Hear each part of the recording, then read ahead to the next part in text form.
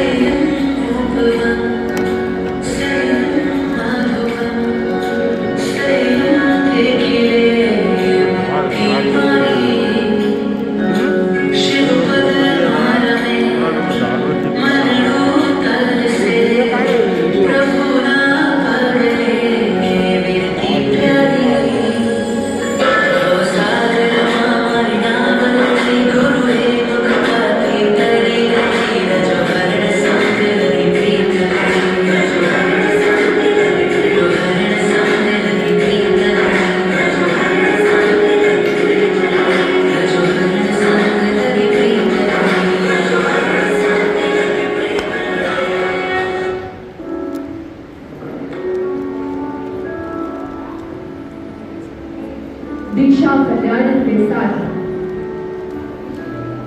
केवल ज्ञान कल्याणक 12.5 वर्ष का कठोर तपस्या और गहन ध्यान के बाद भगवान महावीर को केवल ज्ञान की प्राप्ति हुई। यह शुभ घटना विक्रम संवत से 511 वर्ष पूर्व वैशाख शुक्ल दशमी के दिन रुजुवालिका नदी के पवित्र तट पर घटित हुए, जब 42 वर्ष की आयु में भगवान महावीर स्वामी गोलोमासन में ध्यानस्थ थे। केवल ज्ञान प्राप्ति के बाद भगवान महावीर ने शेष 30 वर्षों तक एक स्थान से दूसरे स्थान की यात्रा करते हुए जैन धर्म की सिद्धांतों का प्रचार प्रसार किया। उनके उपदेशों के लिए एक दिव्य सभा मंडप की रचना होती थी, जिसे समव शरण कहा जाता था। इस सभा में देवता, मनुष्य, पशु सभी बिना किसी भेदभाव के एक साथ बैठकर बड़े ध्यान पूर्वक उनके प्रवचनों को सुनते थे। भगवान महावीर स्वामी ने अपने अनुयायियों को 4 वर्ग में विभाजित किया था: साधु, साध्वी, श्रावक और श्राविका। ये चतुर्विध संघ कहा जाता है। ऐसे भगवान महावीर स्वामी का हम यहाँ पर केवल ध्यान समर्पण देखेंगे।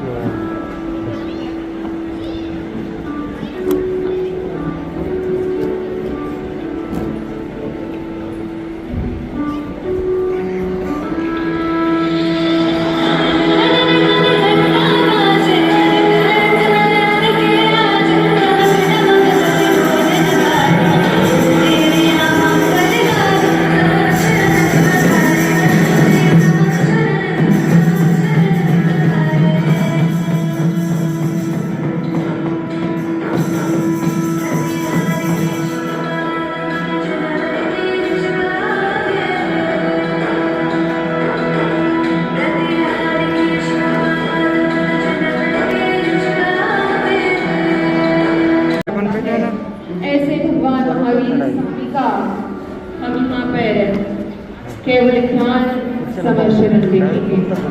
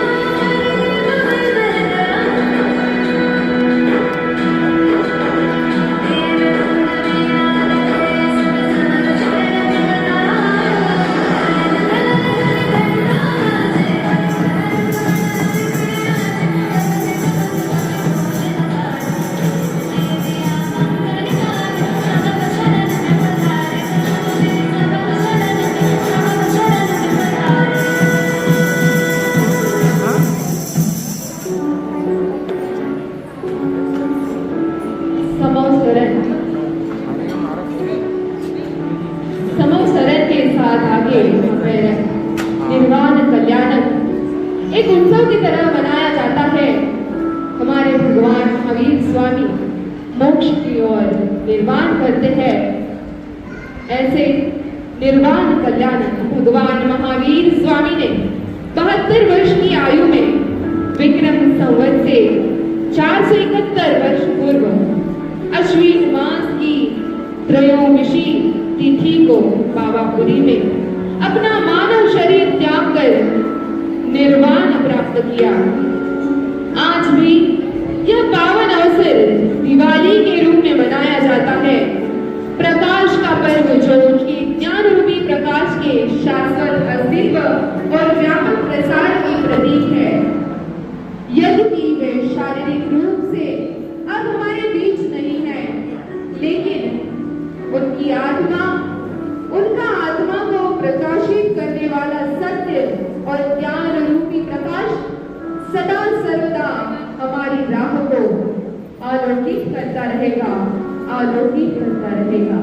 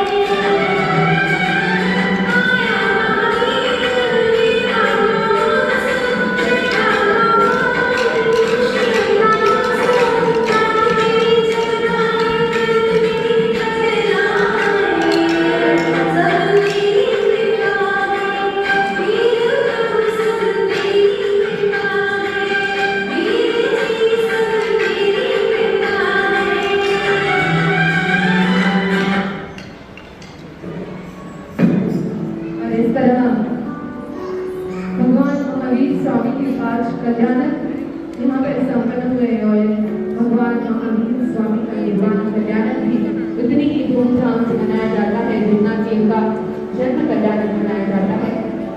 जिज्ञासा बोल मंडल की ओर से बहुत बहुत धन्यवाद। जय जितेंद्र।